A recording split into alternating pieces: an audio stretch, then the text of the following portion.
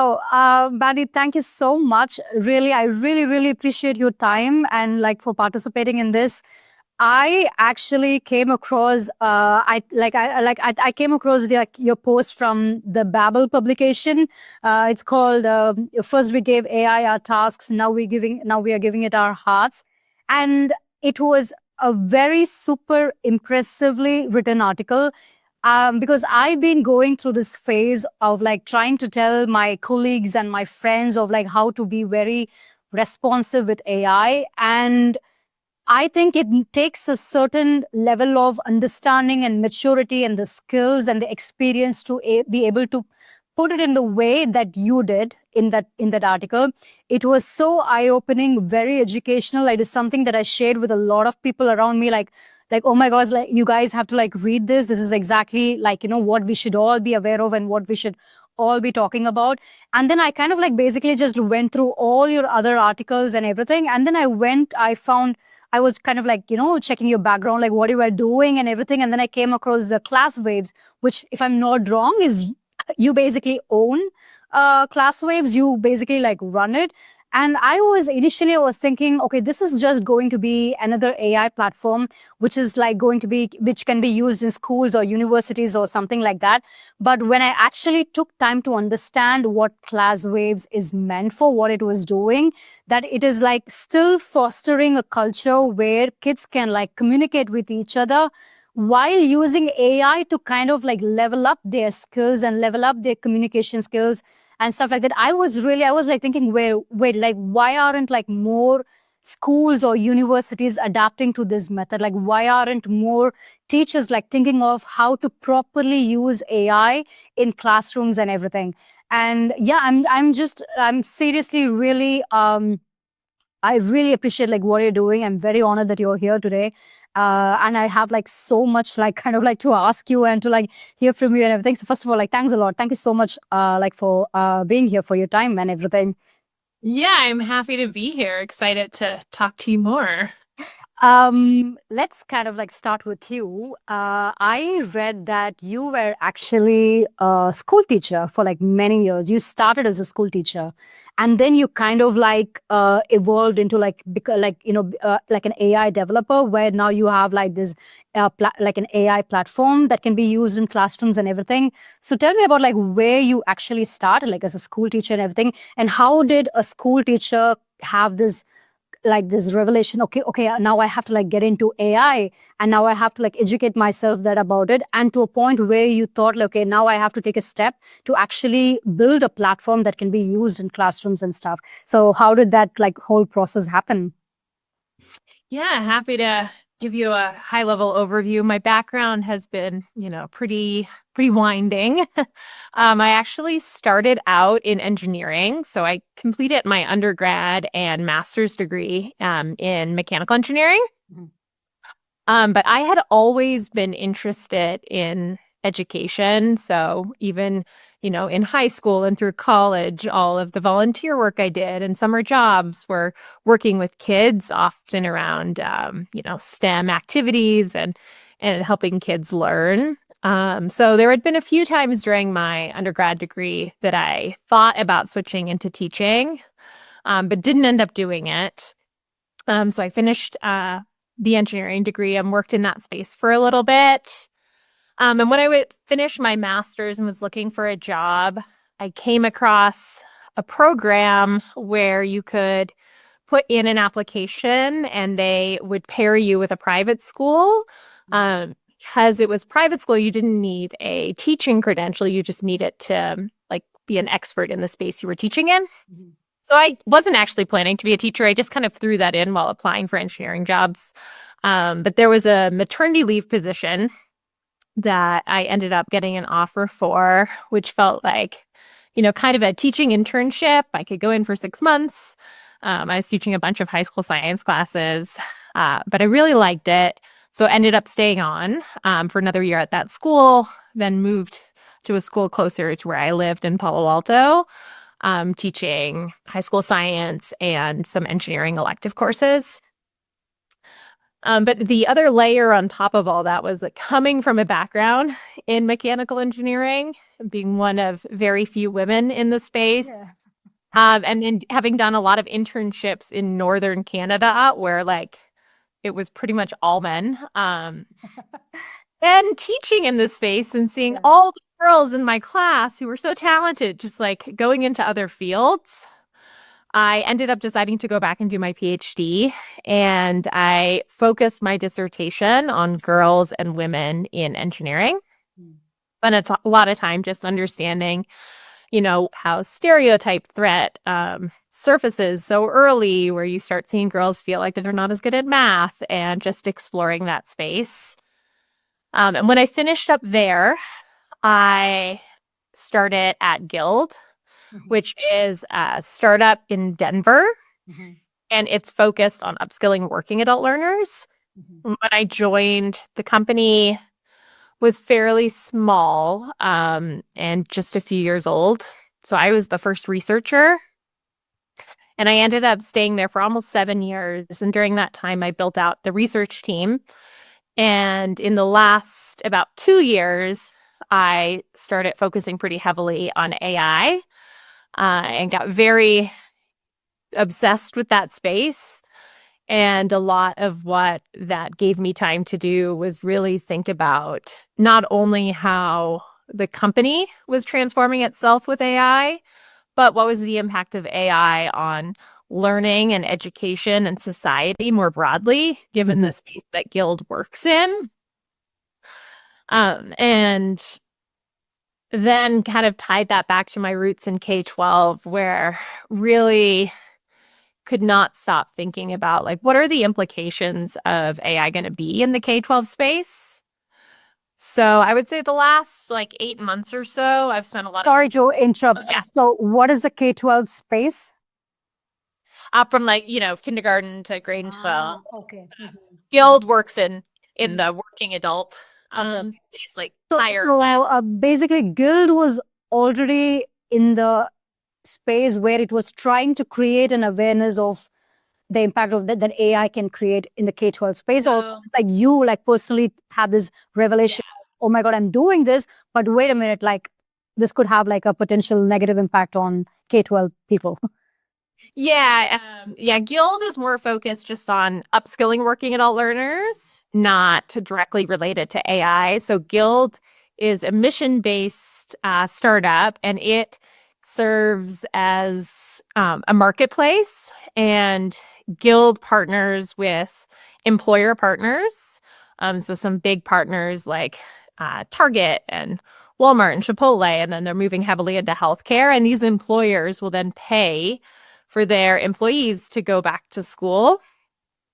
Guild then partners with the academic institutions, so that they are finding programs that are a good fit for the employees and that support, working adult learners, versus, more traditional college students. Mhm. And then they also have a team of coaches that help support them move through. They're kind of like a catalyst, basically, like kind of like in between people. Okay. Yeah. Mhm. And they've really been shifting to think about like what is the role of economic mobility and how do we support that?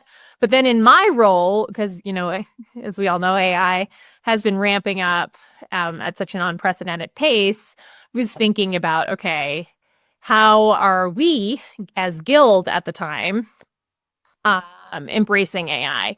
And because we're working directly with these learners, that naturally led to like what is the implication of AI going to be on jobs of the future and on how people learn.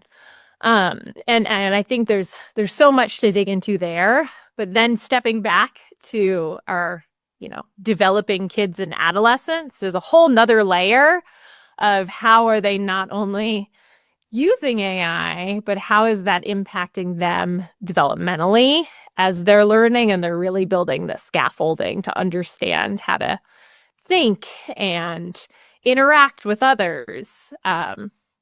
So for class waves, which you had mentioned, so that's all very new. We're finishing up the MVP right now, and we'll be rolling out pilots. Um, end of this month, early September, we'll be kicking off the first pilots in school systems. Okay, wait, I wasn't aware of this. So, which means at the moment you guys are still you're preparing for the pilot and it's yet to be rolled out and everything. What? Yeah, exactly. Sorry to like kind of like cut in between, but like what would be like the mission, or maybe if that is what you were like planning to go on, like how do you plan to kind of like reach out to the schools or the university? Is it only aimed for the K in the between within the K-12 space? Because I think it would also be very helpful on a university university level as well. But how do you plan to roll out this? What is your approach? Yeah, those are great questions. We built it initially with K-12 in mind. We've been mostly, as I mentioned, over about the last 8 months, I've just been kind of talking to as many teachers as I could find and educators in the space, going in very much with like an exploratory mindset. Some of the most helpful questions that we talked about were often, what drives the deepest learning, and that what makes that hard to achieve as a teacher. And across the board, group work and giving kids time to work together is really where they were seeing the best, deepest learning happen. But right now, classrooms, especially public schools, have so many other constraints, with continued budget cuts and growing class sizes. And now teachers are expected to take on so many roles in supporting their students that although they know that drives great learning, it can just be really hard logistically. Um, so yeah, we've been talking a lot with middle and high school teachers as testing point for this, but I've actually had a number of college professors reach out. So we are going to pilot it in one college classroom, and we'll definitely be open to maybe expanding in that space. Right now, we just want to get some early data and continue co-designing with the teachers to see where it goes. But what kind of led to this space and building in K-12 is really AI. AI is here. It's not going anywhere. I think there's a ton of potential for AI to drive a lot of positive impact on society in so many ways. And within education, I think, on the optimistic side, it can really reduce inequities. It provides all of the information of the world, to every person, and that's just amazing. But I think it's really important that we use it intentionally. Yep. And right now, a lot of the discourse that I hear is around personalization. And again, that is going to be important for learning, but so often it seems to be showing up as personalization kind of being siloed learning or isolated learning. And that worries me if we go too far with that we are now going to be really great at helping kids absorb content, but they're going to, lose the ability to interact with one another. And depending on how these platforms are developed and who develops them, we really need to also look at what are the metrics that they're optimizing for. And, we've seen this play out in social media and now in things like AI companions and a lot of things where those metrics are really built around engagement. And if we are now focused on keeping kids on the platform, I think it's really important for us to pause and reflect and say, why? Like, what are they getting out of that? And there's definitely going to be a place for these personalized tutors. But I know when I send my kids to school, a lot of the value I see from that is that now they're among their peers, they're learning how to engage in dialogue, they're growing socio-emotionally, but they're also learning like what happens if they say the wrong thing or if they're not being nice to others, like how their peers react and how to disagree in a constructive way. And that's something I worry we're losing as a society. And right now, like going back to the roots of educational research, it's really built like all the great educational researchers like Piaget and Vygotsky and Dewey. I mean, it's all grounded in learning happens through conversation. And really the best learning happens in what they often called like the zone of proximal development, where, you're being pushed a little bit, but not to a level that you can't achieve. And that happens by, being immersed in a learning environment with lots of different people at different places. Like my son right now, he's very advanced in math, but there's other areas where he's more developing than his peers. So he actually benefits from being pushed in math, but also being given the opportunity to teach others and like build his confidence. But then it's important that he also struggles in other areas where other kids excel and he can learn from them. Right. And I just don't think you can get those interpersonal dynamics when it's one-on-one on a screen. Yeah.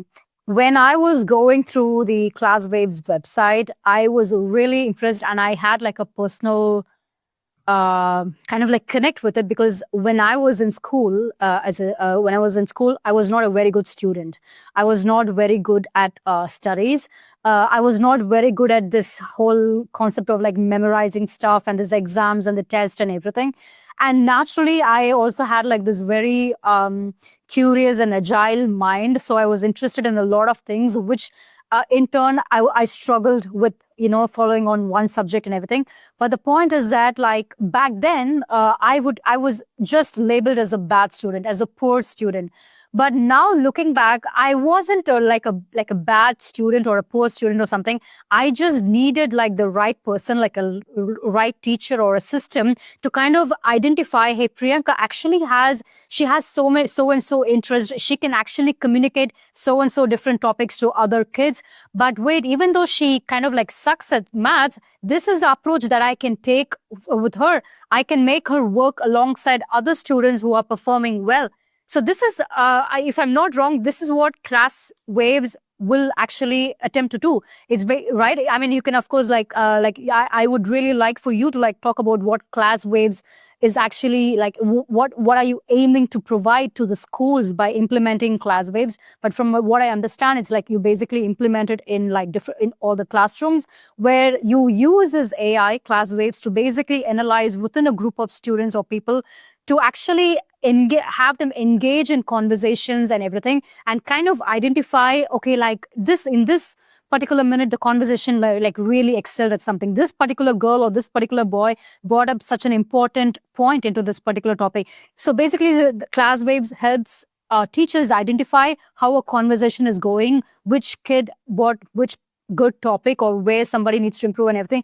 I was like thinking, wow, how much it would have been helpful for me when I was in school if ClassWaves was there, instead of just like labeling like kids, oh, she's just like a poor student. Rather use like if AI is ClassWaves was there back then, it would have helped the teachers identify like, wait, she actually has so and so skills.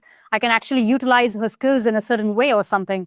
So I would actually like for you to talk about like a ClassWaves a bit, like what, like implementing it, what exactly is it like planning to achieve in a classroom? Yeah, I think at a high level, there's a few big, big goals we have with it in terms of what we're seeing in classrooms today.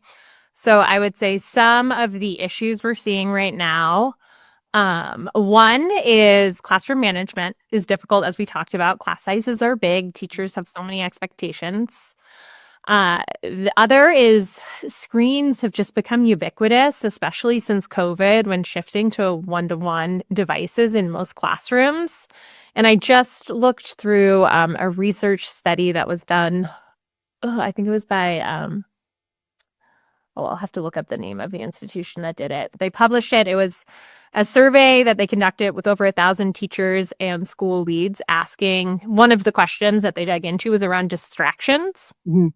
And the number 2 distraction cited by, I think, nearly 60% of teachers was in-class devices like tablets. It was second only to other students. It was even above phones.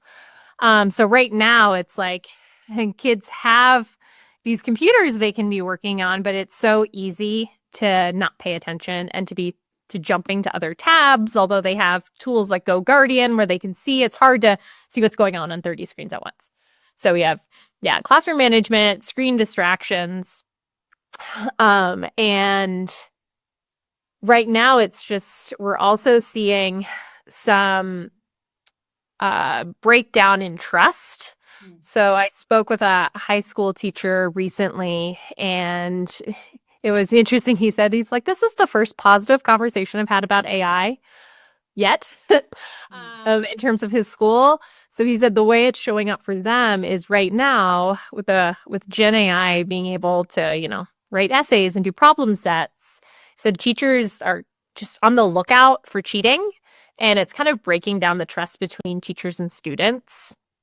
And then building on that, especially post-COVID, and seeing shifts in how adolescents are interacting, they also have sometimes difficulty engaging with one another in the classroom.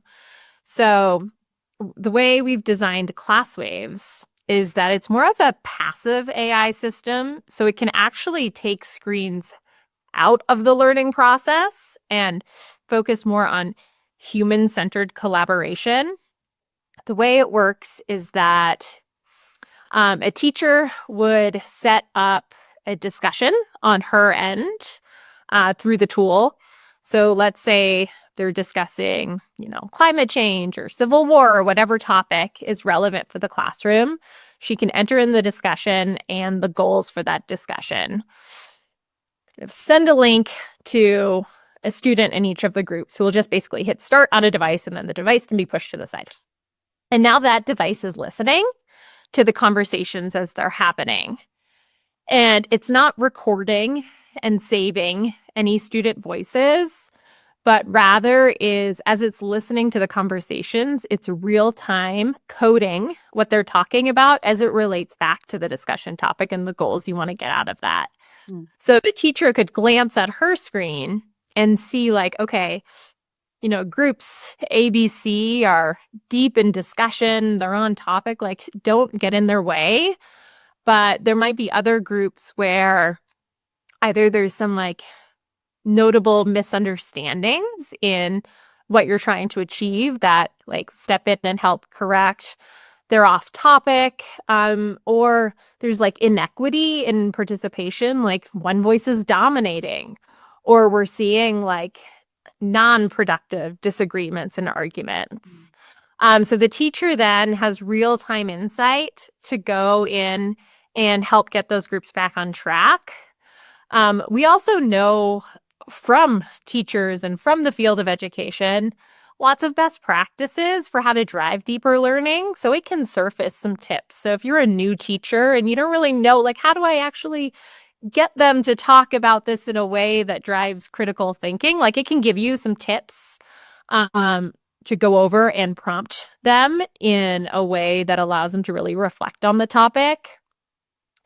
But what this also will do over time is now you get a long-term view of how students are engaging and learning.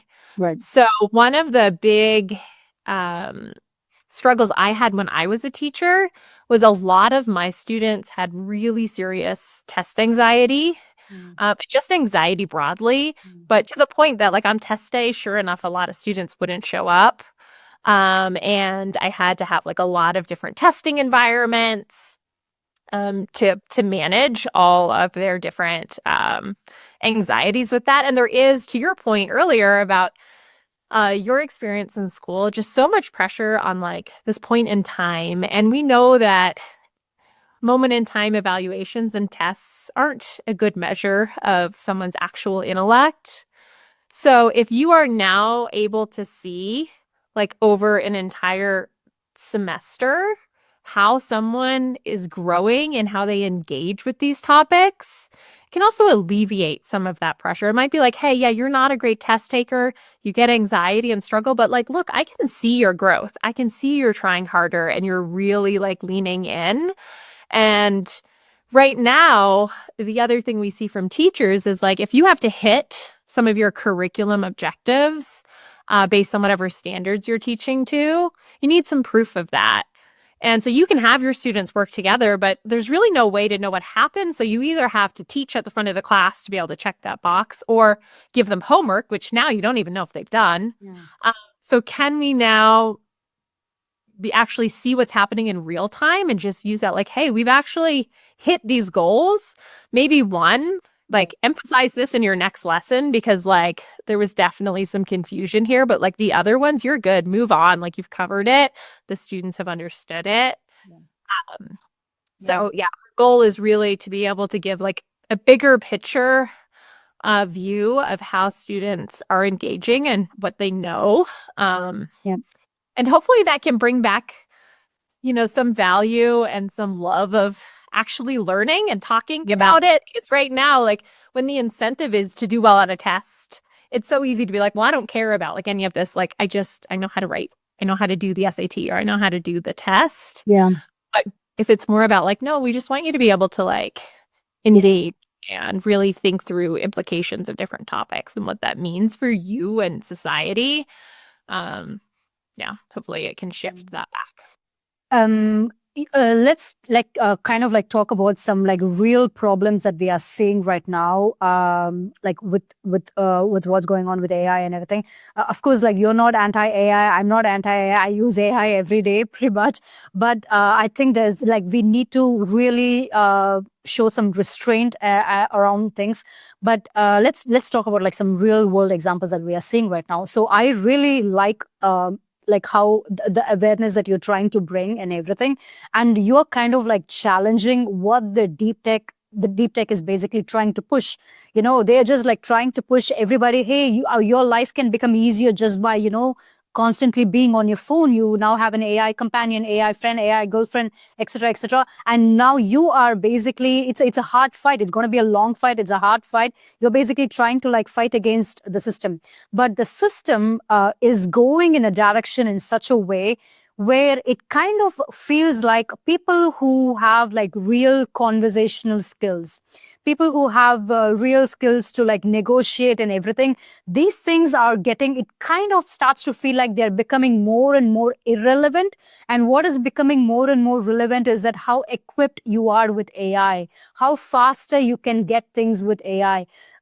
You know what I mean? You know what I mean? So it really, there is no more a conversation between like even when like big now I mean even when companies are now are hiring people like from universities and everything, what is the incentive or what is the benchmark that they're looking for? It's starting to look like if you're from Harvard or MIT or from any of those like top tier universities, it really doesn't even matter if you are a good negotiator, if you're like properly skilled in so and so areas. It really doesn't matter. Just the name of the university alone is very likely to get yourself like, you know, get like you can land in a job and things like this. But people who have real curiosity, real negotiation skills, who really want to do things in a more human, like pro-human way, it kind of feels like these people are like left behind. So do you like, I mean, the what you stand for, it's kind of like a fight against deep tech. So how do we really how do we really make it in this fight? I mean, because of course they hold like a lot of power in how, you know, the tech is moving, how the world is moving and everything. How do like like people like students in like, you know, like you're talking about like the K-12 people or people who are not in like top tier universities like Harvard or MIT, but they are just like in middle scale universities or like, you know, normal universities like around the world. How do they equip themselves or what do they do in order to like position themselves in the world where we are heading, in the environment that we are heading right now? because this is like my concern.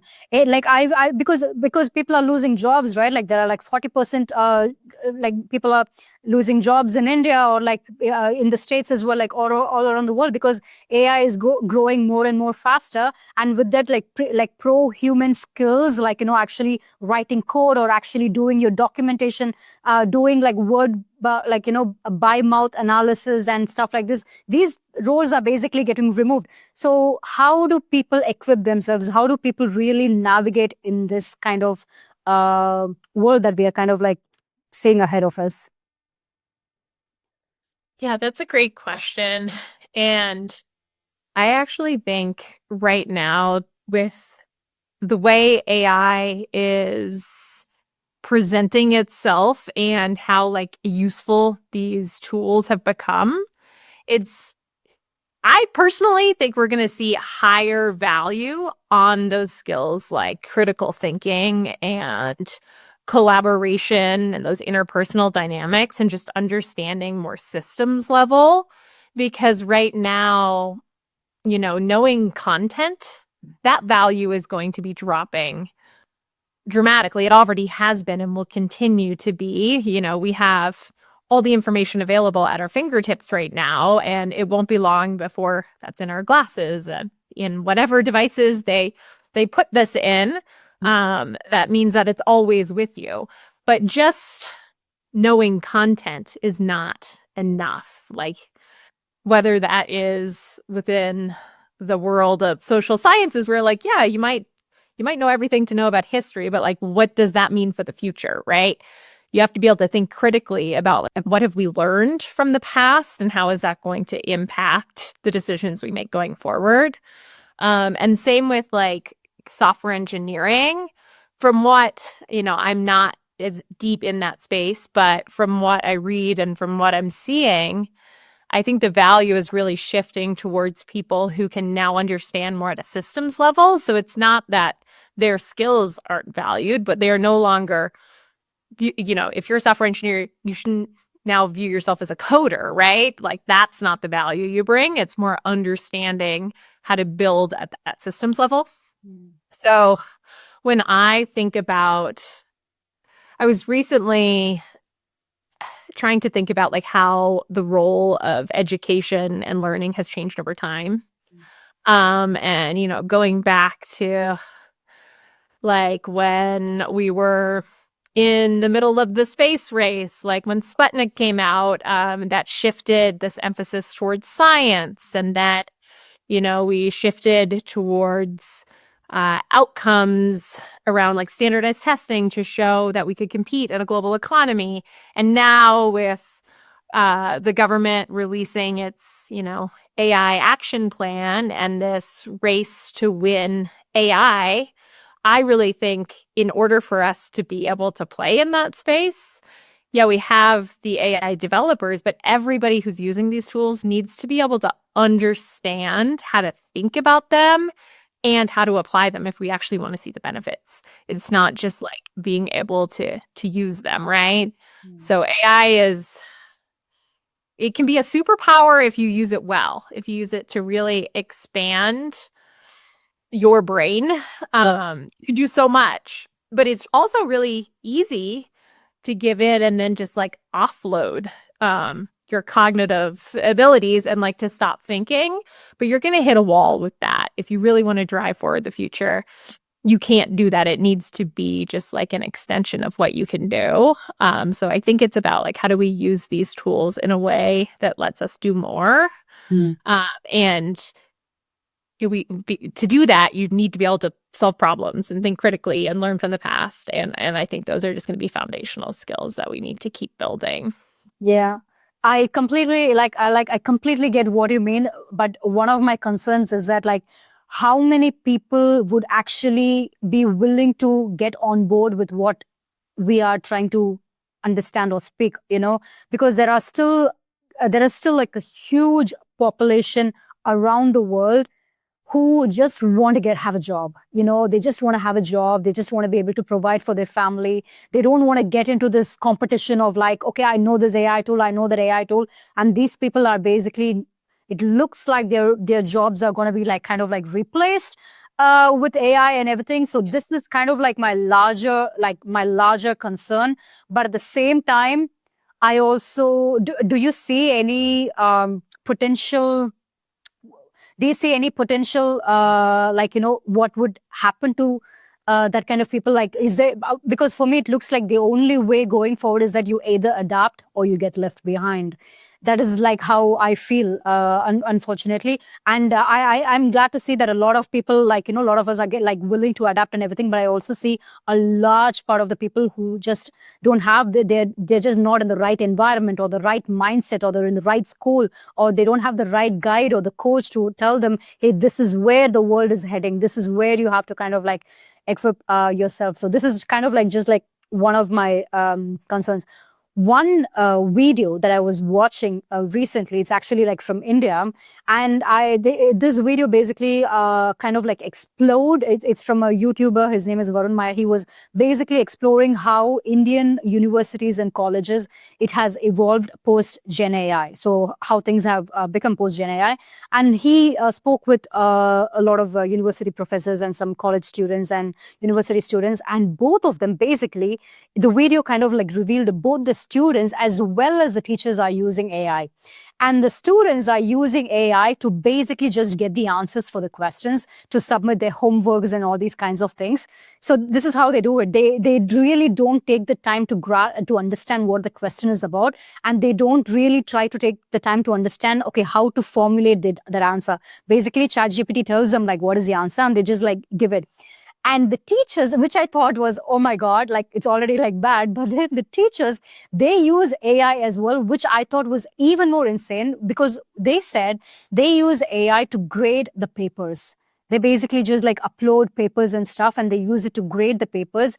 And some of the teachers, they even said they even use AI to kind of ask AI, okay, what kind of remarks should I give to this particular student? I was so shocked, because as a teacher, shouldn't you be like aware, like, when you are swapping even like a general, like a student teacher remarks, like what are you supposed to advise to a student? If you are swapping that basic conversation with AI, what kind of relationship are you building with the student teacher? Like what, and where is the future really headed towards it? So I guess I want to ask, like, what should, like, do you, first of all, I don't think the school and universities are going to be the same. Like, when you studied or when I studied, I don't think it's going to be the same anymore. It's going to be drastically, it's going to be like very different. But what do you think should be the right approach to use AI in a like on a like a university level between students and teachers? How should teachers equip themselves with AI? Where should they put a full stop? Where should they show restriction? And where should they not? Basically, how do you think the education system will evolve because of AI? Yeah, and I think that dynamic that you just mentioned is one of the ones that really highlights how we really need to stop and rethink what is the purpose of this and what are we trying to get out of it. Because when you have students using AI to complete their homework and then teachers using AI to grade their homework, it's the same now that I often heard when I was, in the corporate world of like using AI to write my email, and then the person who receives it's using AI to read the email. So it's like our AIs are just talking to each other. What's happening here? Like, what's the goal? So I think there's an opportunity to really pause and think, what are we evaluating? And what are we trying to get out of this? And this is really speeding up we've known that the structure for evaluations and standardized testing and things has not been ideal for a long time, but this is really sped up that process. Like, something needs to happen. This is no longer going to work.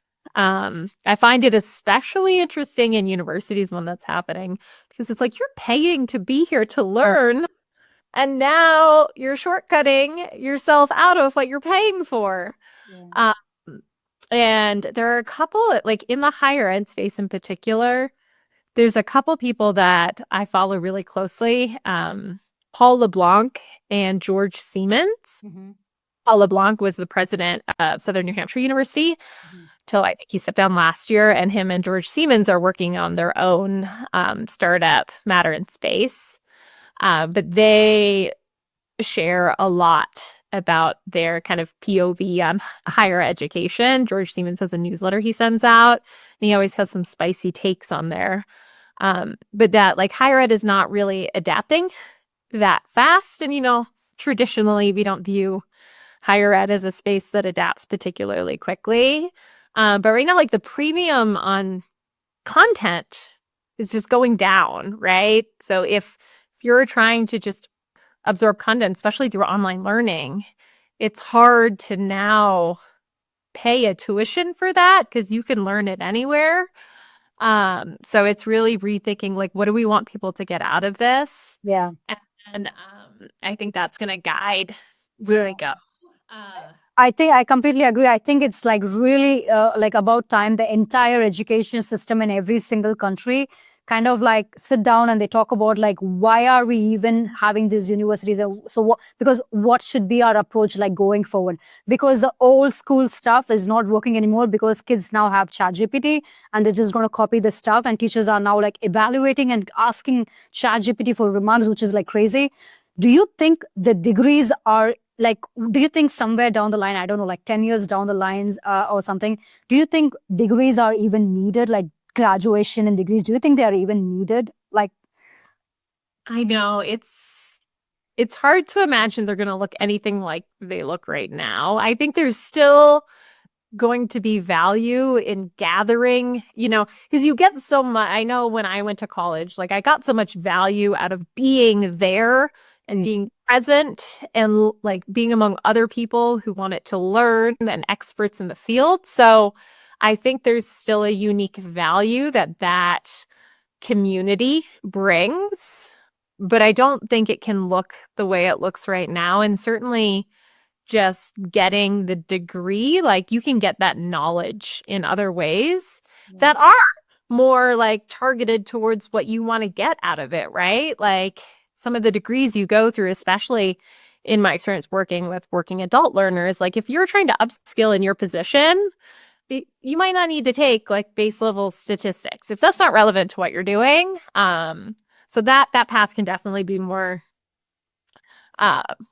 personalized, but it's interesting because I feel like right now we're seeing a lot of band-aid solutions, especially so there was just a report that came out from the Walton Family Foundation, and they had partnered with another organization, and you might have seen headlines somewhere. There were a lot of headlines, and they were all based around like teachers are saving 6 hours a day using, or 6 hours a week using AI, and like translating that to, so AI is giving them like X number of days, holidays per year.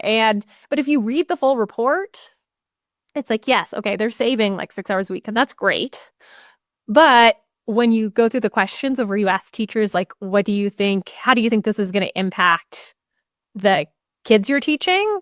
I mean, they saw critical thinking skills go down, social emotional skills go down, like all of these really important things. And that did not make the headline. The headline is like, look at all the time it's saving. exactly.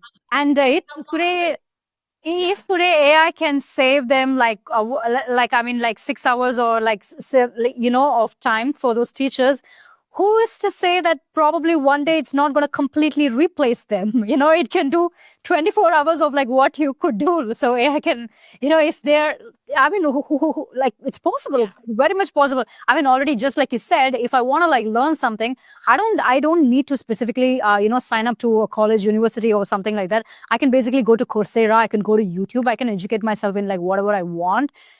So I think this whole thing that we are talking about, okay, how students should use AI, that is one line of like the one direction that we should like kind of focus on.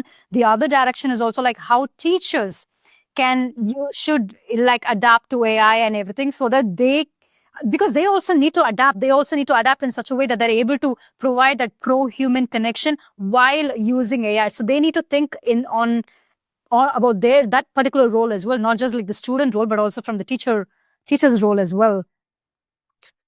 Exactly. And then it's like, okay, based on what it's saving, like maybe maybe that's some of the work we actually don't even need. Like if we stop and really think like, okay, what do we want our kids? Like I think there's so much value in sending our kids to school. And I think the majority of that value cannot be replaced with a computer. But we need to like reflect on, okay, well, what do we want to get at? We know we want to, one of the most important things is we are developing the humans who are going to run our society, right? So we want them to be empathetic. We want them to be able to think deeply. And like one of the things I worry about in this attention economy is like we're leaning towards trying to digest everything so quickly. And if you can only learn in a couple minute bursts, how does that impact your ability to like think through how someone else feels or like what perspective they're coming at it from? And one of the ones that really scared me that I saw recently, mostly what scared me about it was the discourse that seemed fairly positive by a lot of people around it. And there are these, I don't know if you've seen them, they're like these deep fake celebrity videos where they teach. One I had seen that like got a lot of press was like Sydney Sweeney and Drake were teaching. Yeah, I've seen it on TikTok, actually on TikTok. Yeah. And then there's like all this stuff like this is the future. I heard a whole bunch of investors talking on podcasts like kids can't relate to teachers, but they can relate to Drake or Sydney Sweeney. And it's like, oh, hold the phone. Like, what do we think they're getting out of these videos? Do you think they're deeply learning calculus or whatever type of math they're trying to teach? And what does it mean that a student then can only learn from a celebrity figure in a low-cut shirt? Like, they should be able to relate to other human beings that are around them. And I just think that's a really dangerous path. Yes. We want people to be able to reflect. And I talked to a teacher a little while ago, and she had one of my favorite quotes. It was like, conversation is not a part of learning, it's a predecessor to learning. Like, you need to be able to pause and listen to someone else speak. And right now, like the digital world, we're so focused on removing all of the friction from the digital world that it then makes the physical world almost feel more painful by comparison. And there's like, neuroscience research around this that like kids' brains get rewired when you're so used to engaging in this world where there's like everything is tailored to you. And I think there's some of the personalization is going to be helpful, but if we personalize too far, do you lose the ability to connect with other people, to have empathy for other people? And if so, like, what are the implications on our society of that? I think they could be huge, highly negative. So I just hope as we move forward with AI, we really take that intentional approach and think through long-term implications as well as just like this really cool tech in the moment, because it does have so many positive applications, but it needs the right incentives. Yeah. One of the things that you just like said like sometime back, where you said like you don't think that schools or universities is going to be the way that when you were in school and stuff. Like I kind of like agree as well. Like when I was in school, I had like a terrible time because I was not a good student. I was not studying well. But still, I feel now I realize I did get a lot out of that experience because because I'm I did my school in the early 2000s, basically. And at that time, communication was still key. Whether you agree, disagree, you don't like this person, you like this person, you have no other option but to just face them and communicate with them. Now, looking back, that is a very key building block for just your overall personality and your overall communication skills and everything, which is like we are completely losing that because our phones are now giving the option to just like completely ignore somebody because they are just like bad vibe or like they just they're anti this, they're anti that, so you don't have to like talk to them anymore. And like ChatGPT agrees with you and stuff. So even though back then a lot of us like struggled with, I don't know, like being bad at school or bullying or whatever, there were like a lot of stuff that were beneficial because you had no other choice but to just face that communication. You just had to have that communication with the teacher or the student you agree or disagree with, or something like that. One of the things that I was reading through your articles, and I love something, I really, really love something that you wrote. It is in a world full of information, but short on shared understanding. Deep thinking is a civil skill. It takes effort to follow a long argument, examine opposing viewpoints, or revise your assumptions. It takes cognitive resilience to stay curious when there is no easy answer. This, I was like, wow, like so well put. So you, like, we are talking about like how it's gonna like impact school kids, like, from in the K-12 space. But I'm a millennial. Let's talk about like what it is doing to millennials and like Gen Zs. It is literally like scary. It's so scary, like what this whole polarization has like done, because we have literally like, and I am, it bothers me, it saddens me that a lot of very brilliant people I know, people who are like very creative and they are smart and everything, they don't see what they are getting themselves into by using, they're completely being dependent on AI and completely being dependent on tech and like agreeing with everything. Because what I'm seeing now is that we do not look into each other's eyes anymore and have a long conversation where we disagree with stuff, agree with stuff, but still have like like a civil understanding. Hey, it's your point of view, it's my point of view. There is like nothing bad, like, as long as you're not gonna like, physically assault me or something, you're still like, you have your own point of view and I have my own point of view. It's not like that anymore. People don't even look into each other's eyes anymore, because and the escape route for that is that, oh, now, because now you, since you don't agree with me, I'm not going to sit down with you, I'm not going to work with you, I'm not going to do this with you, I'm not going to have a conversation with you. And the next step that they go is that they go and ask ChatGPT, hey ChatGPT, I had this experience with this girl or this boy, and this is what he or she said, like, what do you think about it? And ChatGPT is going to agree with me. It's just going to say, yeah, you're right, you're perfect the way you are, you said like nothing wrong. Like, people don't realize ChatGPT is basically trained to just like agree with you, so that you just like keep going on to ChatGPT, and it gets you more and more farther and farther away from actual human connection. And that having disagreements is part of being human. It's part of like being human. So I think the whole reason why we are even like having this, why probably you even had this revelation of, okay, oh my God, like what is the impact that AI is creating, is because of the polarization that has like been going on and stuff. So yeah, like what do you, how do you like see that, like how do we like, as be it like Gen Zs especially, or millennials especially, how do we really break out of this kind of like prison we've lately like gotten ourselves into, and like how do we go back to like being like human again and having disagreements and everything, and what's the impact of actually not doing it? Because I firmly think, because noticing the people around me, they don't really understand what depending on tech agreeing with you is actually doing to their critical thinking skills or being the human skills. So like I would love to hear from you your thoughts on this. Yeah, it's something I think about a lot. And I honestly think one of my biggest concerns and worries right now for society is like how fractured we've become and how we've gotten here and where we're going from here. So it's something that I'm kind of in the middle of researching right now, that I want to write about and really just go through what research has been done. But like some of the things that are top of mind for me, to your point about like kind of having that humanity with one another. Like if you're face to face with someone, although bullying still happens in the real world, it's of a totally different extent and degree. Right? Like when someone can hide behind their computer, especially when they can be anonymous, but even when they're not, like bullying can be so much more intense and people can be so mean. Whereas if you're face to face, like that definitely de escalates. But the impact of it is still very real when it's online. And we see that with the mental health crisis that adolescents face from social media, and how suicide rates and depression and anxiety have all gone up. And online bullying is a big part of that.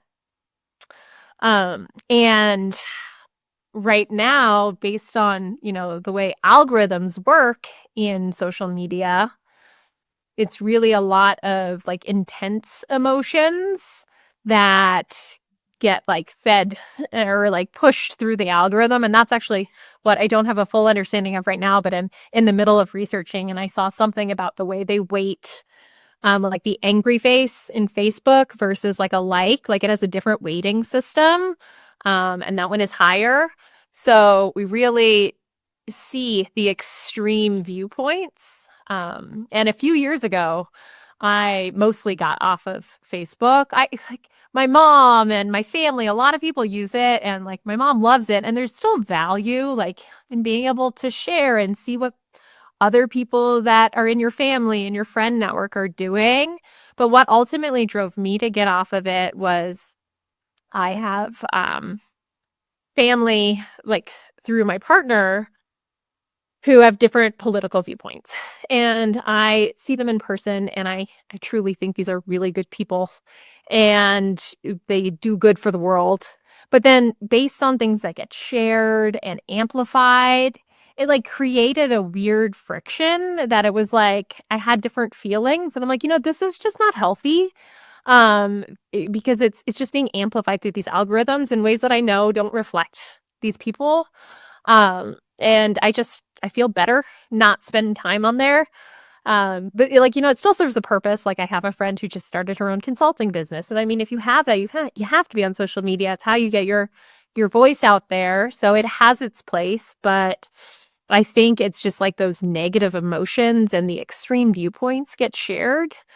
And from what I can tell, most studies are still more correlational than causal necessarily about how that's leading to a fractured society. But it's hard not to think that once we go down the path of personalizing and like, further building out those echo chambers, even and I think LLMs can be used in a couple of ways because I did hear about some studies recently where there was a professor who did a study around conspiracy theories, and that if someone talked with an LLM, it actually made them less likely, like, to continue to follow the conspiracy theory. Like, it gave them that time to reflect.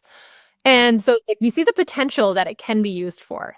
But then that the layer that I think the intentionality layer that's so important is like, okay, well, what are the metrics that are driving how people use these platforms? Because if they're engagement and they just want to keep you on longer, it's better to agree and be sycophantic and like keep you wanting to talk to it. So then you lose those benefits. So that's why it's like there's so many potential good use cases for it. But like, what is the system that's driving the way people interact with it? And that's where I think it's easy to get a little bit lost in what companies are driving this and how their profits are tied to it and what the implications of that are. Yeah.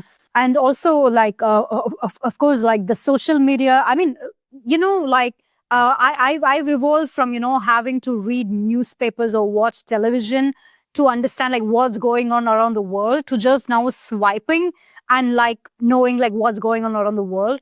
And now the news that we see through is like Instagram scrolls or anything, it's not like they're not giving us information like, hey, this happened. Rather, it is the way that they construct the caption itself, or the way they construct the title itself, is about like pitting each other, one group against another.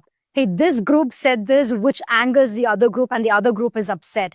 It's literally, like I said, it's the whole point of news media right now is to get your reaction. It is just to like get your, it's to trigger some point in you. I mean, they have like basically polarized like, male, female, then there are like different LGBTQ gang, and then there is this climate change, and then there is like people who do not agree with climate change, and then there is left, there is right, there is center, pro-vaccine, not vaccine. Now, everything that the way that they give us the news itself is like saying one group said this and it angers the other group. So, and it's just to get a trigger. It's just to like trigger the other group to get that extreme kind of like reaction. This is like, and I think being on social media and just feeling that, hey, I am contributing to this emotion, I think it kind of creates this false sense that you're contributing something, that you're actually contributing something like to the world, you're changing the world.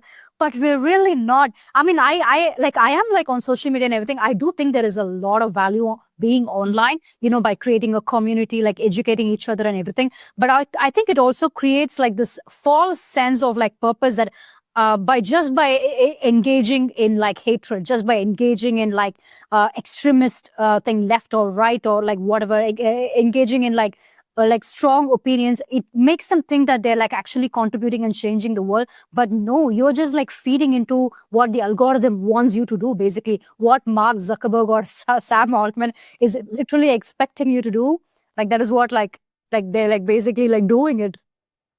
Do you do you one of the things that you were like, I remember like reading it in your post as well, but one of recent Mark Zuckerberg's, he was there. I think he was recently on Joe Rogan's podcast as well, and also in the Dwakesh Patell's podcast, where he was like talking. He said that I like only like these days people have only like one best friend or something, and in general people need at least 3 friends or 15 friends, and AI is gonna like do that and stuff like that. I have to like ask you, like maybe this is going to sound like a conspiracy, like I'm going to like, like I'm going to sound like a conspiracy nut or something.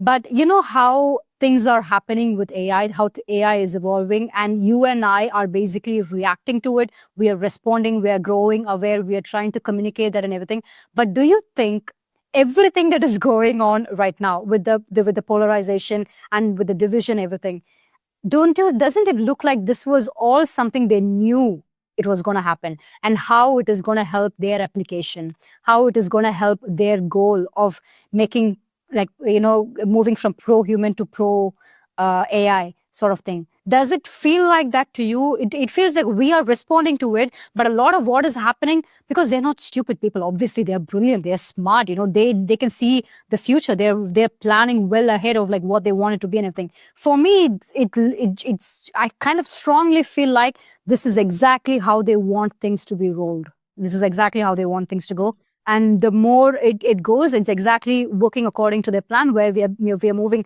more and more, hugging more and more our devices and less our friends and real people. Yeah. I mean, there's so much, again, it's like everything has so much nuance, but like to understand the nuance and to like think about it takes more than the 30 seconds that most, you're trying to get the reaction in the first 30 seconds, which is why you lose so much of that. So like at a high level, it's like, yeah, when Zuckerberg says, oh, we have like 3 friends, we want 15. And, then you talk to someone who feels isolated in their community. You're like, oh, there could be value in having an AI companion. But once you look at how they're actually rolling out, because the incentive structure and like what's driving the profits are focused around engagement and keeping you there, it becomes very different in practice and how it's used. So like the AI companions, to me, I think when I started digging into them, why they scared me so much was like I kept hearing this discourse from all the leaders in the space around like, okay, AI is going to take over our knowledge work. We're going to have more time to embrace our humanity. Like moving forward with this technology is really going to bring about human connection, because now we can have a 2-day work week, or eventually, no, we don't have to work at all. So it can be about like coming together. And then all of a sudden you see that like over half of teenagers are engaging regularly with these AI companions, and like a third of them, according to the Common Sense Media report, say it's just as engaging as talking to a friend. But then the part that really scares me is not even just the extreme examples. Like you see the extreme examples where it ultimately leads to like suicide and things like that. But like the regular day-to-day use, to me, is just as scary, that if you are now getting used to talking to someone who agrees with you and who is there to validate all of your emotions and reflect what you're feeling. But also, like, real friendships are difficult. Like, I have close friends, and it takes time when they're going through something. Like, to be a good friend, I need to be there for them. And I might have a busy day, but like, I need to find time in my day to support them. And that is not always easy. And you have to put someone else before yourself. That is not the case with AI companions. So now, if you're expecting that all of your friends are always in agreement with you and reflecting how you feel and worried about you, how are you going to engage with real friends? And, we need some long term studies on this. It's not there yet, but like it feels like a shallow relationship. Like, how can that bring, just like social media is supposed to bring connection, and we see it actually over the long term is leading to more isolation and loneliness. Like the Surgeon General declared an actual loneliness epidemic and said it's as bad for your health or worse than, I think it was a certain number of cigarettes a day that was the equivalent of smoking, just being lonely, how it impacts your health. And so it's like, well, what happened to that dreamy picture of AI offloading our work and like bringing us together? Like, what do we have now if we're now falling into these friendships that one of the stats I saw that Character AI released was like once you engage in a conversation, average time on the app is like over 2 hours. Like that's a lot of your day. How do you have time to have real friends? Yeah. So that's why I worry so much about it, that it's like, okay, well, if the average person wants more friends, I don't know that this is the answer, because now there's less time and motivation to actually seek out friendships that are going to be more fulfilling in real life. So, yes, like there's all kinds of nuance and tension. We don't have enough mental health professionals. Maybe there's a role where it can support, but like those should be tools developed by mental health professionals Yeah. that are successful if they improve mental health outcomes, not if people stay on them for many hours a day. So, like when you see the people who are creating them and the profits that they're driving, it's like, well, that's not aligned with what we want these tools to do.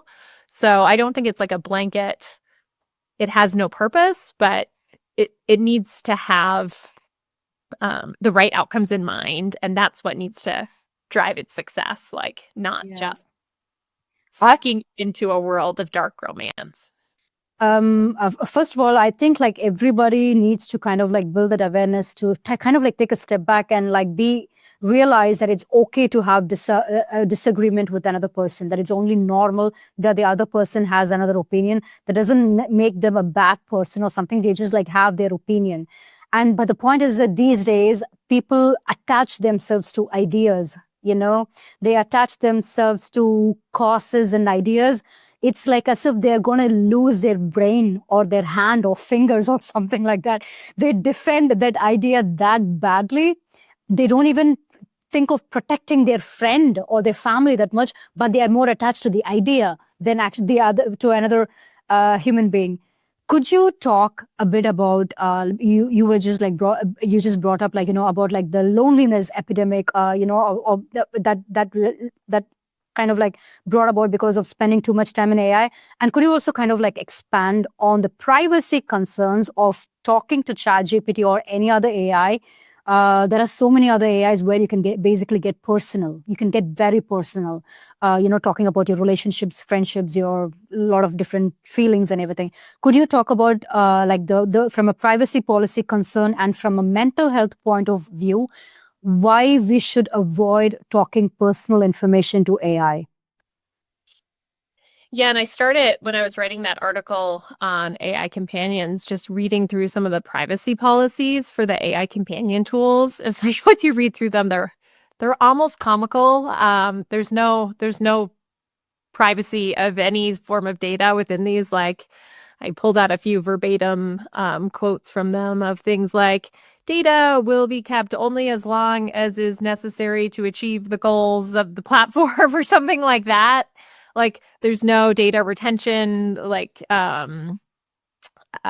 written in for you of like when your data will be deleted. A lot of I won't say this is ubiquitous across all platforms, but the ones I was looking at, it's very clear that your data can be sold for advertising and to other affiliates. So again, like there's the incentive to keep you on the platform.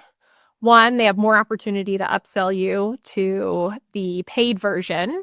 And by having you become really dependent upon the relationships you have, if then there's pauses and you can't engage without paying, then you're going to be more likely to pay. But also, the longer you're on there, the more data they have that can be sold for advertising.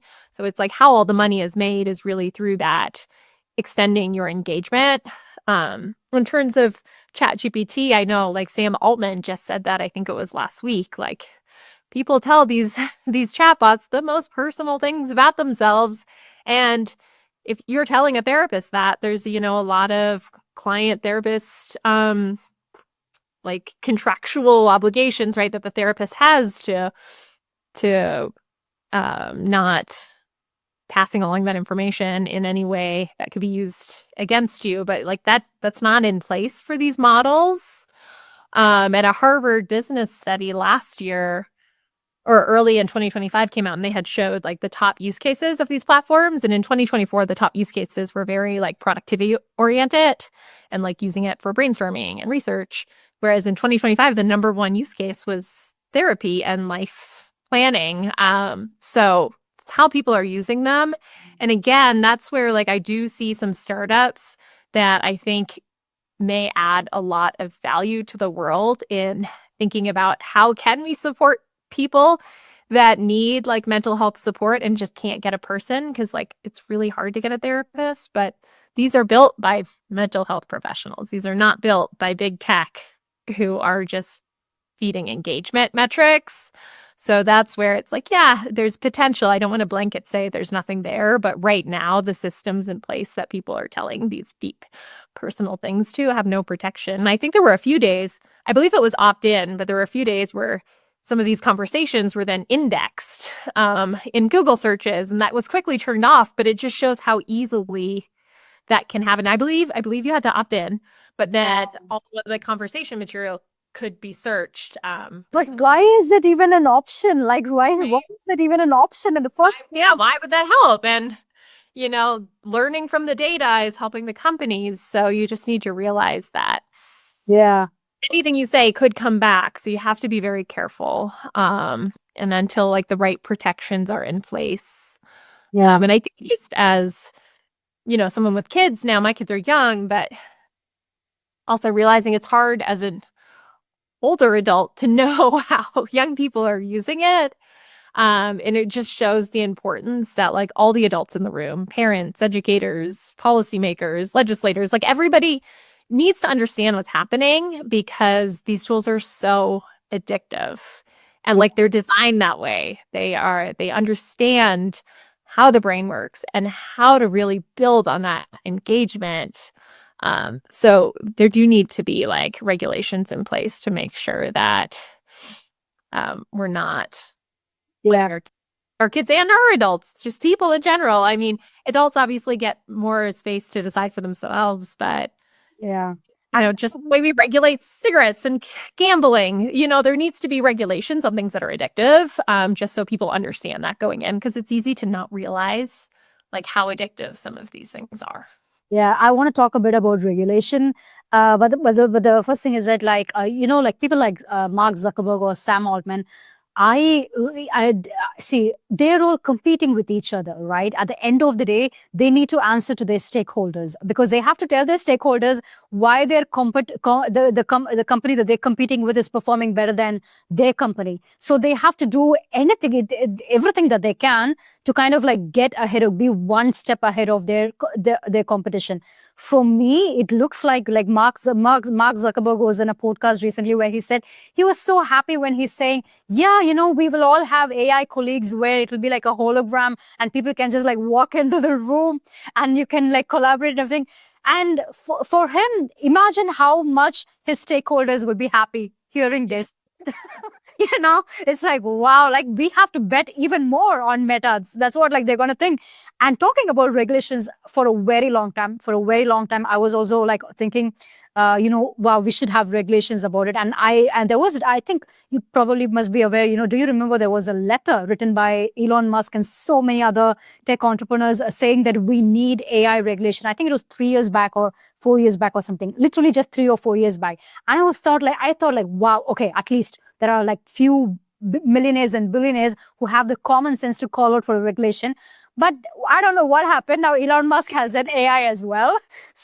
And the thing is that I really, from what I've observed and what I've understood, I do not think regulation is possible anymore because I feel like AI is more now, it's a geopolitical weapon. For a lot of us, it's more like it's ChatGPT, it's Claude, it's this AI and that AI. But on a larger scale, from a political angle, it kind of looks like it's a geopolitical weapon. Whoever is more advanced in AI is basically more powerful. Whichever country is more advanced in AI, they have then look at what is Palantir like doing. It's a whole other now. Wars are not what we thought. Like we grew up knowing about wars. It's completely different. So that is how I see. That's why I feel like, I don't know if they would even go for regulations like what like Trump did, basically. Like, he completely like took off all the regulations and stuff like that. Are you still hopeful about it, like these regulations? I mean, the competition element is so intense now that I agree. Like, we've gotten to a certain point. Actually, there's a couple books that come to mind that, so have Please, you read if you want, go pick something and show me. I have to drive for a recommendation. it'll be all blurred in the background, but have you read The Coming Wave? But I've heard of it. Is it by Mustafa Solet? Yeah. I've not read it. I find like really interesting in how he frames it as well. That like, okay, there's a certain point at which once a new technology is unleashed that, okay, you can't undo it, because it has reached a certain level that it is here. And now it's about controlling its application. The other one that I really liked, which is called Genesis by Kissinger, actually, and together with Eric Schmidt and one other person, he actually had a pretty hopeful take on it, and he compares it a lot to like the nuclear arms race, but how he is hopeful that we will come together and like use AI in a good way for humanity. But there's so many potential pathways. Suleiman gets a lot into like thinking about biological weapons as well, like developing viruses and things like that. But yeah, I think high level regulations is going to be hard. Like when you look at how Europe is regulating versus America, like I don't expect that we're going to see those regulations come in place. What I am more hopeful of in the space that I am working mostly, like thinking about how our kids are using it and interacting with it and how that's affecting their mental health, is like seeing this movement now towards banning phones, a lot of it coming from, or like, being kicked off through anxious generation, but a lot of just movements coming together and saying like, we see what this is doing. And we see the mental health epidemic that's coming out of this. So I'm feeling like momentum in that space that we're understanding, okay, we can't just have our kids on screens. In terms of, though, higher level like government use cases, I mean, I do not foresee massive regulations right now because we're in such an arms race. And I mean, that's how the action plan is stated as well. Like the goal is winning that AI arms race now. Right. So I'm not an expert in that space, how we're using it, but I'm hopeful that I feel like I have to be an AI optimist because like AI is here. Yeah.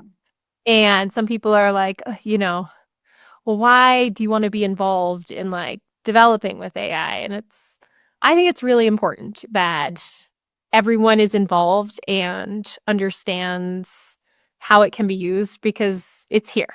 And if we let the few people in Silicon Valley dictate the future, that's what scares me. So I think the more people that are involved and like trying to actively use it in a way that's going to better our society is just really important, because it does have so much potential. I mean, the tools are crazy what they can do.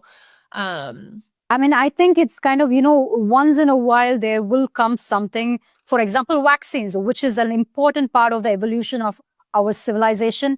I think AI is that. it's like that another tipping point which kind of shakes everything up and then reorganizes stuff, and then we move forward from that. So I also do not think hating on AI is smart at all. It is not smart at all to kind of like detest AI or say I'm completely refusing to use AI. No, it's you, whether you like it or not, it's very much like core part of like where we are going as human beings. And yeah, and this is also like, but where, like, just like you said, I also am not very big, I'm not very hopeful with the regulations and stuff like that. I also don't think suddenly Mark Zuckerberg is going to wake up tomorrow morning and decide, hey, you know what, I'm just gonna, like, rewire how Instagram algorithm is written. I'm going to make sure Instagram algorithm is written in such a way that is actually mentally healthy for people. I don't think so he's going to do that. But that is why people like you, what you're trying to push is very important.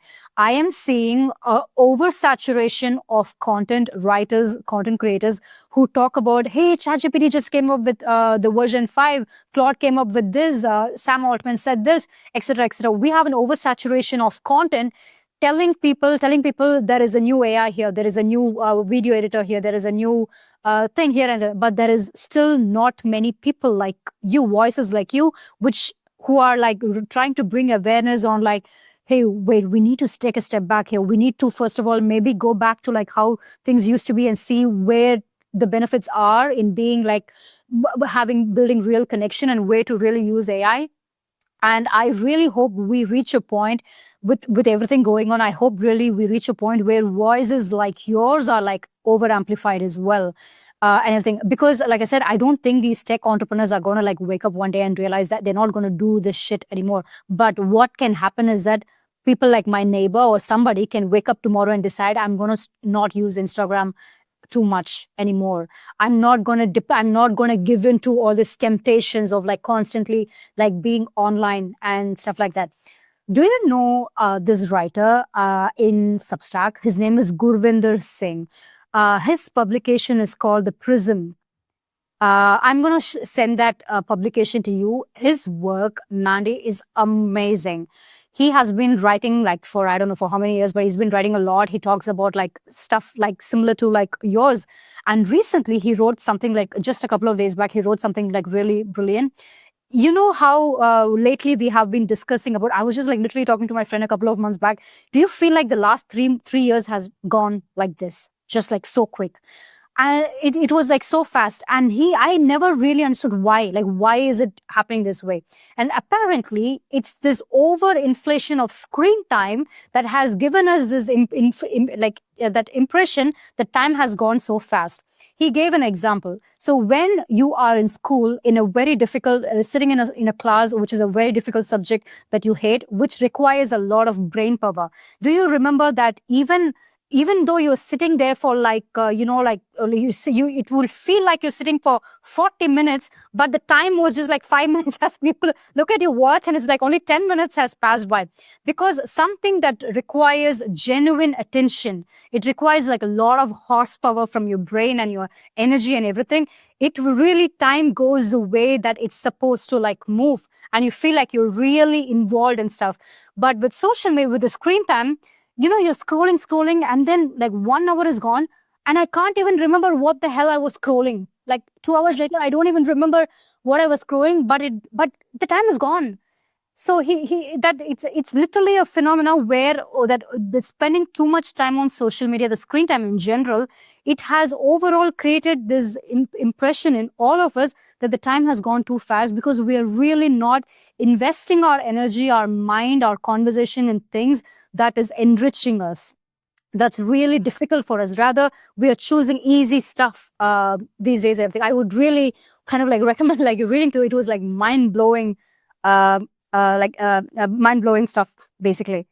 Yeah, I haven't thought about it at that level, but that is really interesting. And I recently opened TikTok for the first time. And oh my God, yeah, it was, and I was only looking up, I believe it was like AI in education, and I wanted to see what was on there.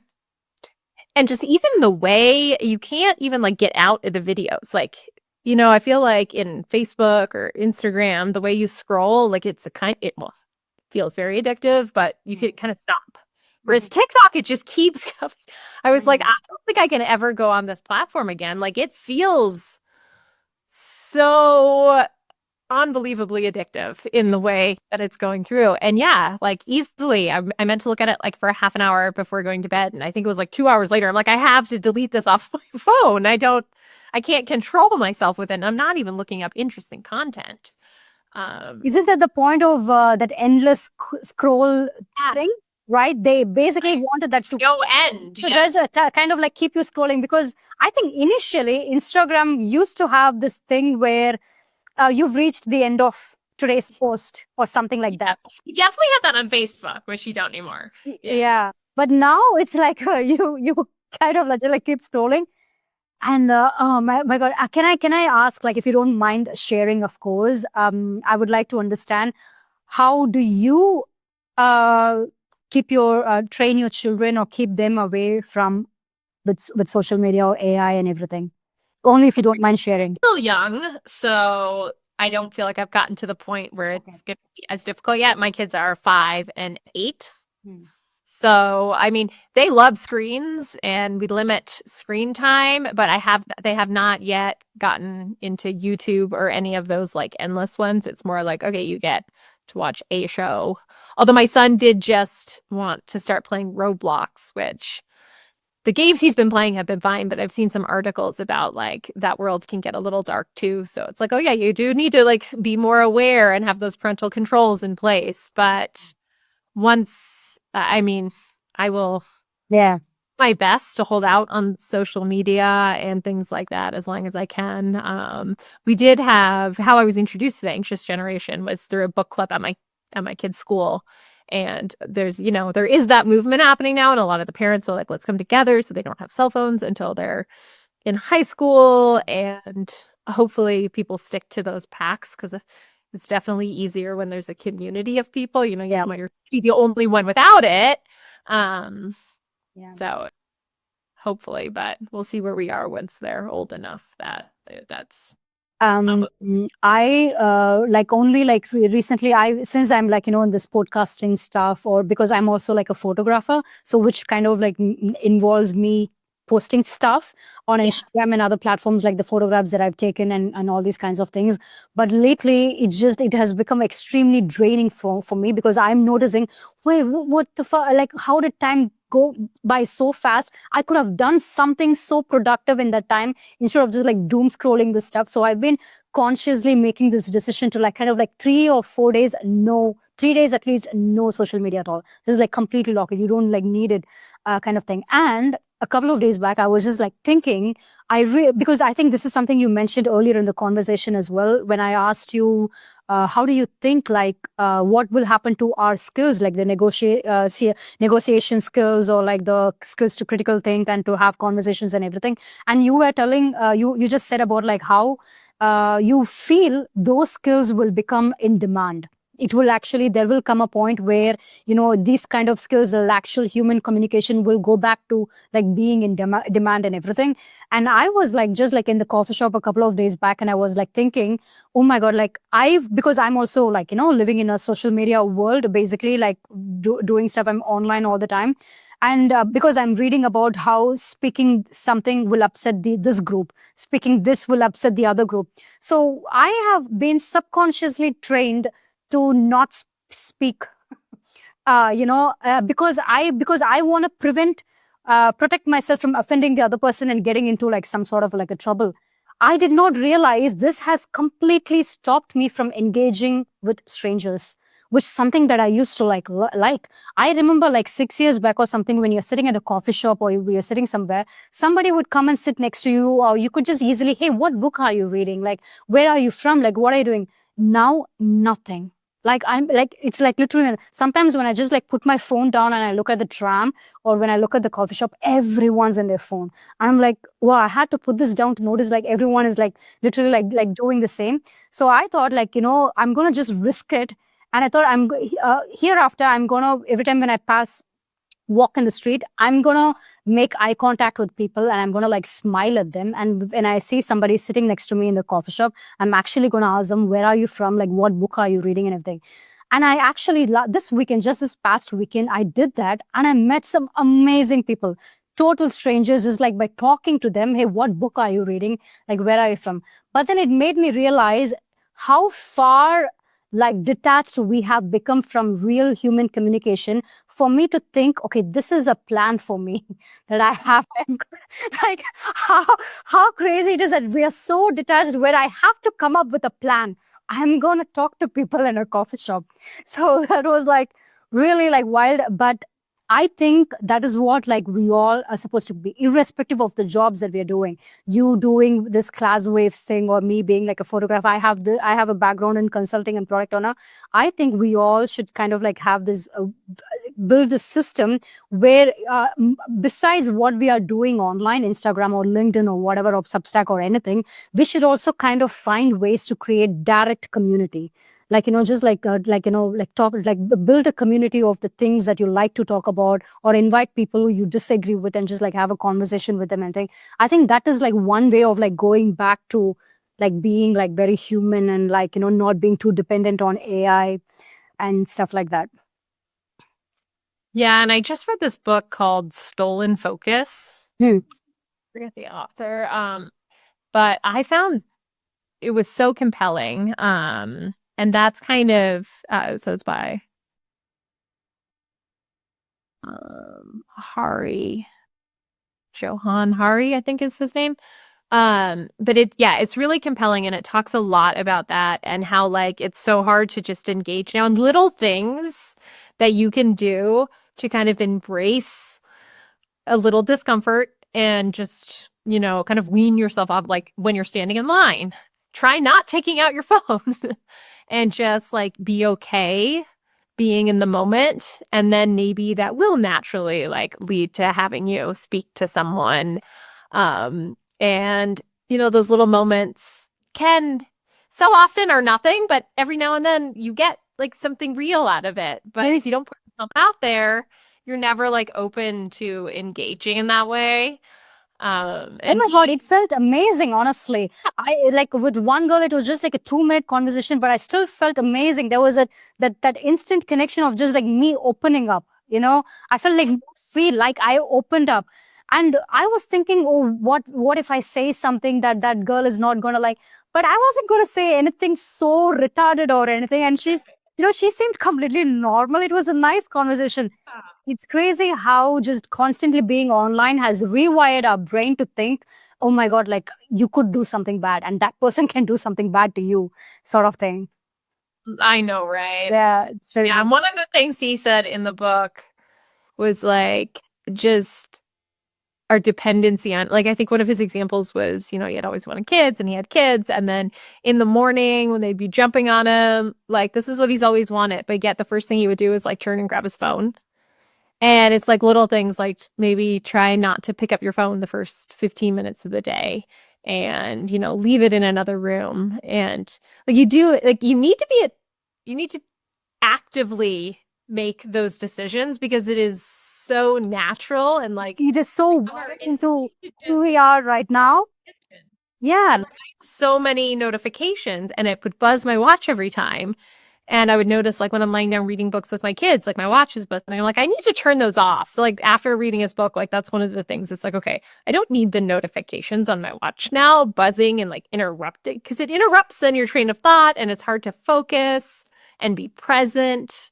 And it's just there's so many things competing for your attention at every minute. And you feel like if you're not in the space, you're going to fall behind. But it's like, no, you just need to pick the things that are important to you. And Yeah. This is also something that I agree with. Like, it also gave initially when I decided I'm going to take a step back from being online, it gave me the feeling, oh my God, what if I get left behind? What if I, now somebody is going to overtake? But it's like, where did this sense of vague competition even come from? Like, where did it even come from that if you're not online, you're going to lose something, that you're going to lose like, where, like, how did we like get here? I don't like really understand. yeah. Um, like, okay, could you say if I'm not wrong, I think you are on the first stages of like being an entrepreneur. Like right, like should be interesting. I mean, it's should be interesting and exciting and probably a little scary and stuff like. But how do you see yourself performing in that side, like as an entrepreneur? Like, are there like some things that you've learned along the way of like how to be like an entrepreneur in launching a product and stuff? And like, what is something that you're really looking forward to, like as a person, as I said, like an entrepreneur? It's my first foray into trying to start my own company. So there's been a lot of learning.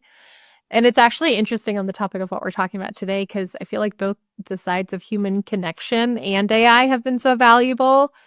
Like I definitely use AI so much, and I can't imagine trying to start my own thing without it right now. Like otherwise you would need a lot of mentorship that I can find online, and I can find through podcasts, and I can have ChatGPT help me build out plans. But also one of the most valuable things has been just like kind of putting myself out there, which is not my like natural inclination. When you say I putting yourself out there, like what do you mean? Like, do you mean like online on? Yeah, and just reaching out to people. Huh. So I spend like at least an hour a week, maybe more, just like reading. Well, I spend a lot more time with that reading, but like finding the author and then finding people in the space and then just connecting with them. And it is shocking how many people like accept your connection and then will like talk to you and share what they've learned. And I've gotten into, startup communities now, and some of them are online, some of them are in person. I just went to a dinner the other night with people that are like building in similar spaces. And none of that is just going to come to you. Like there's so much going on. You just really need to be willing to reach out and say hi. And just as long as you're respectful, it's like no one's ever going to be upset that you reached out. Maybe they'll say no, but that's fine. And then that's just been the most valuable thing is talking to other people on their journeys. Within the actual tool, it's just been like reaching out to teachers and educators and being like, please tell me, like, I want to learn from you. I think also going in recognizing like you can't be an expert in everything. So we're viewing the pilot that we'll be kicking off soon. It's kind of an extension of the product development. We'll go in with the MVP, so it'll be functioning, but we have so many ideas for ways to move it forward. But it's like I want it in the classroom, and I want the teachers to help decide what makes sense because they're ultimately the ones using it. And definitely sometimes you can feel a little arrogance in some of the startup space where it's like, well, this is what's best for you. And it's like, actually, you don't know what's best for this person. So like you kind of need to learn with them. Yeah. It's just been interesting learning it. I think You can run a lot faster than you ever could before. sorry. You can run a lot faster now than you ever could before with all of these tools available. Yeah. Yeah, I completely get it. I think like, starting anything new right now, it's has a lot to do with like reaching out to people, reaching out to a lot of people. And it's sometimes I like even like with this podcast and everything, I've been like very surprised, like because I was so scared when I started out. Like, why would people even want to like talk to me? Like, what if they think, because podcasting is actually like, and right now it's an oversaturated stuff. But like 4 years, 5 years back, it was not as oversaturated as it is today. Now everyone has like a podcast. So I was like, why would they even like want to talk to me? But I've been like very positively shocked and surprised that how many people are into the idea of like talking about their ideas, because I was only thinking about, oh, like, what will I say? What will I bring? But it has more to do with, but it's very nice to notice, like, it's nice to see that other people also want to have that opportunity to like talk about what they're doing and what they're building and all these kinds of things. And that's like the whole thing. And also, like you said, AI, like I said, I think there's so much positives about like using AI, because I'm like this podcasting is just like one person. It's just me. No, if I did not have AI, I need to hire somebody to work on the sound engineering. I need to work, I like, have somebody to do all this editing and all these kinds of things. You have no idea. Like now, because of using AI, I can basically clean up the audio using AI. I can also create like this entire podcast, which will be like 2 hours or something. It can basically cut into different clips using AI. This is not something that a one person can do. Because of AI, I am able to like do that. So there's obviously like a lot of like benefits. I would have never like, because now I can't like really afford to like bring some video editor or like a sound engineer or a podcast producer to sit with me and like manage the stuff. But because of AI, I'm able to like do this. So there's definitely like a lot of positive benefits like with AI. And also if you just like discuss with AI about your business ideas and stuff, it has some really good like engagement. It can really engage you in like pushing your mind in different ideas and directions and stuff. So I think those are like really great ways to like use AI overall. Yeah, and that's one of the things that I think also makes me hopeful.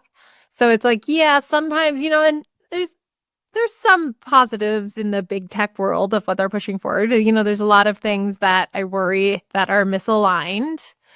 But now it's like people have so much agency, and there's so many people out there with great ideas and who want to do good for the world that I think right now we are at a unique time where like you can do all that on your own. Like people can do so much by themselves without having to be venture backed right away and to just kind of run at hard problems. And I think we're going to see a lot of really powerful solutions from people who wouldn't have had the resources to get there before. So I hope that that is going to help drive forward, our advancement towards using AI for good as well. But Yeah. and on the podcast front, I mean, that's how I consume content now mostly. It's like I've gotten so deep into podcasts and there's a lot out there, but it's so valuable Yes. to be able to listen while I am training for some races. And it's like, otherwise that kind of felt like, oh, it's a bit of lost time. Like it's good to exercise, but now it's like, oh, like, I can get caught up. And I mean, maybe I should use that time to be more zen, but it's nice to like be able to like hear what other people are doing. And so many of the podcasts are just like really real, like hearing what people really think and how they're I moving. think that is one thing about podcasting, because you can't, it gives you the opportunity to really extend on a topic or really extend on like whatever it is that you're discussing, because you can just like go on, like you can allow the guest or like the other way around to go as long as you want on like something, if there is no like time constraint or something, you can just like let people go on. You can't dodge stuff. I feel like in podcasting, you can't really dodge stuff. So yeah, podcasting is like definitely great, and I think it's also one of the reasons why I love it, because so much is going on in the world, and I think it's really great to like listen to a lot of people, have their ideas heard, like learn from them and everything. And I really really think one of the biggest skills, like the greatest skills of being like very human, is curiosity. It's like the most important skill. If you have the curiosity, you will learn to see the good and bad and stuff. You will learn to see, you will be curious enough to understand like what's going on here, what's wrong here and everything. So yeah, that's like one thing that I really will try to like push. Just be curious, ask like a lot of questions, even with the people that you disagree with and everything, just like talk to them and stuff. Yeah, but Amanda, your Substack is amazing. By the way, I really hope you put more, like more content around like what you're trying to do, and with the class waves in general about bringing AI awareness and everything. Because like I said, at least from my point of view, there aren't enough people talking about it. So like I really respect what you're doing. I have a lot of admiration for your work, and I really respect what you're doing. And I'm very glad because you were recently published in Jonathan Haid's publication, right? Which I think it's like super like well-deserved attention that you like got from it. And yeah, you're really doing like amazing work. I just like hope you keep doing like whatever it is that you're doing. And I hope more people really come to like learn about you and everything. And I hope class waves is not something, I really hope it becomes like a huge noise in America, and hopefully like across the world as well. Like people see, oh, hey, this is an idea. This is something that we should adopt and stuff. Thank you. I mean, I really enjoy like writing right now, and just because it gives you that opportunity to research what is happening and like what have we been finding. And it's such a funny time as well, because normally you rely purely on peer-reviewed academic studies, but now it's like it results need to be published faster because it's moving so fast. Then you need to, really find data in all directions to understand like what's truly happening. So it's like a really fun space to try to keep up with. Is it like you just started writing through the Substack, or were you like kind of like a writer before and like?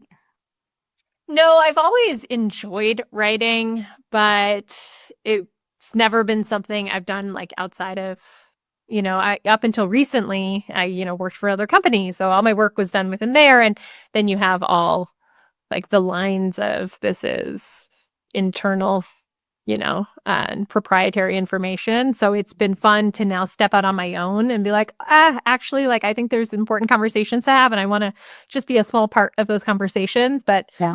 more widely and not just within the company setting. Hmm. Can I ask like one question now, since you're like you're an American, if I'm not wrong? Well, I am, but I'm originally Canadian, Ah, okay. but I've been in the States for a while now. I'm dual citizen, yeah.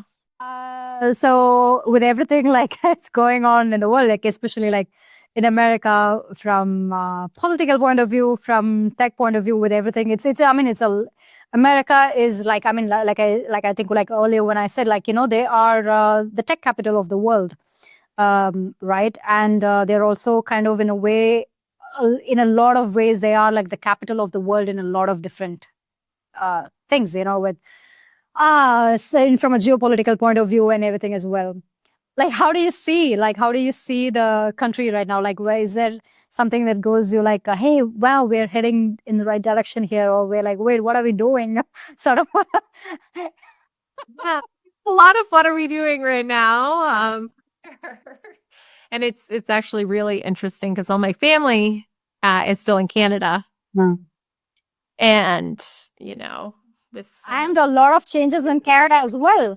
about from Trump into Canada, Yeah. there's been a lot of tension that hasn't existed before there.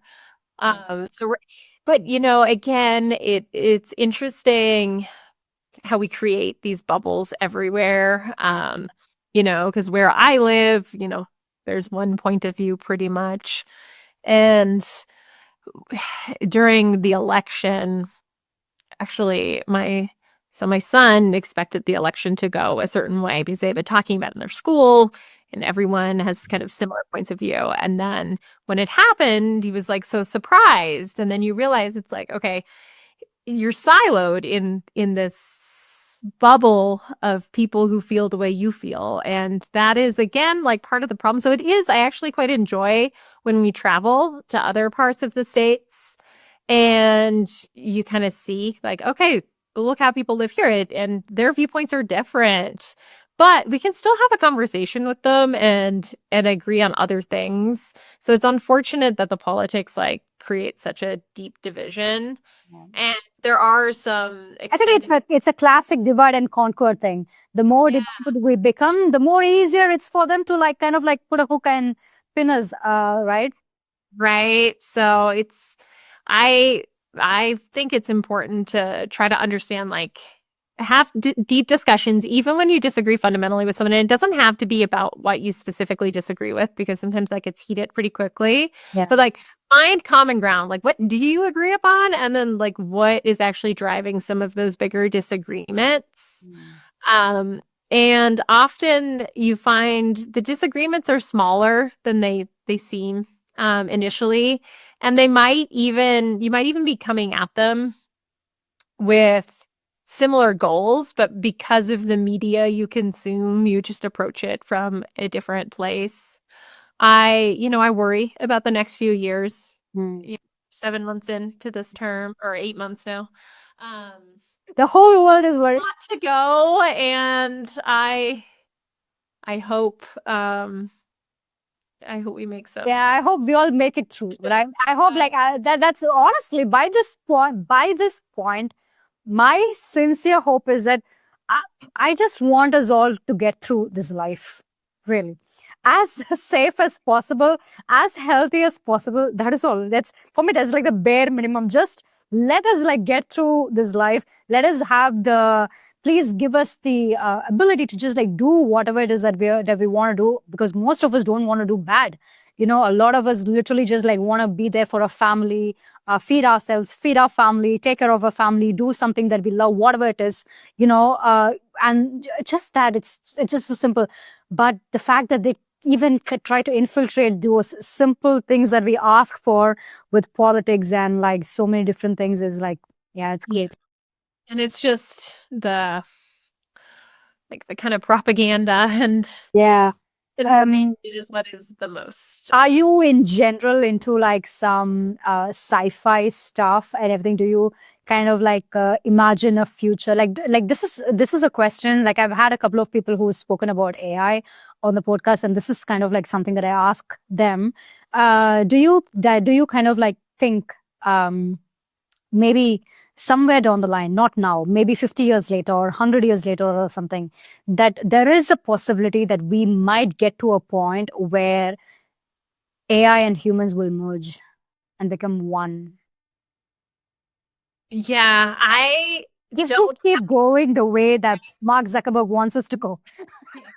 And actually, I do have people in my network. Like, I have a friend whose brother is working on like an AI upload or brain uploading company. So it's like I hear the conversations in that space of like, well, maybe that's the next stage of humanity. I have a hard time Like trying to believe it. imagining that and just okay, and then it's like, well, they're like, well, maybe that's how we get to a future where you can just, be happy. And it's like, well, does that make you happy? I think it Oh. brings about some deeper questions of like, I guess, So what I really don't even understand that. I saw like people when people like when Mark Zuckerberg speaks, I kind of get the impression that guy is not pro-human at all. He's definitely like pro-device, pro-tech, pro. He's more pro-AI than pro-human. He's smiling and he's energetic when talking about like AI walking into the room and like having AI friends and everything. Because think about like what they have like done. They have completely, with all this social media, celebrity culture, the pop culture, and all these kinds of things, they have completely undermined the value of family. Like mom, dad, children, grandfather, grandparents, these kind of things, and raising children certain way with certain beliefs and everything. They have completely dismantled and devalued that, while valuing, putting a lot of value on stupid stuff, basically. So this happens, and now they say, hey, you can have an AI therapist, you can have an AI friend. I think it's only like a couple of decades before where they can tell you, hey, you can now have an AI boyfriend and an AI girlfriend. You don't need that real dude, you don't need that real girl, because if you can be with an AI friend, why not an AI boyfriend and a girlfriend? And soon they will say, hey, you know what, one way to be with your boyfriend forever, become one with him. yeah. And I mean, I think, it's happening on the fringes already. And yeah, it seems like there's some push towards normalizing some of that. And that's one of the threads that I'm starting to dig into and try to wrap my mind around a little bit more right now. But like definitely in America, we've become very much of like an individualistic culture. Shifting everything is about, personalizing for you and like focusing on you, even as a mother, like you're valued when you can do everything by yourself. You don't need these support networks. That's what makes you successful in business. If you do it on your own, like that's the dream. Whereas like there's been a lot of times where you focus more on the community. I think there's still some cultures that do that. And then you kind of gain satisfaction from helping each other. And I think that leads to deeper happiness. I haven't explored all the science on it. I know there's a lot of research around it that I want to dig into, but I worry that this next wave of intense personalization is just pushing more heavily on like that individualistic culture that just feels a little bit more shallow. Wins are a bit more shallow when they're just you. Yeah. And Have you heard of this quote? I don't remember the dude who said it. He said that human beings are the sex organs of the machine world. I have never heard that. Uh, it's kind of, I don't know, it's like a sounds like, like a prediction or something like that. I hope not. Well, I too, I hope not as well. I really want to be human. I'm pro-human. I want to be human. I work as a AI for my job and everything, but I still want to have human friends, human boyfriend, husband, girlfriend, these human children and everything. Put that AI thing aside, and I just want to like I said, like I just want all of us to just get through life in a normal human way. And so yeah, yeah.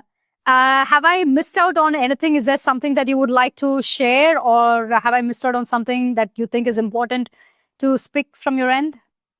No, I think we've covered a lot. Now it's just keeping up with everything that's happening and really trying to support those that are trying to push AI in the right direction. And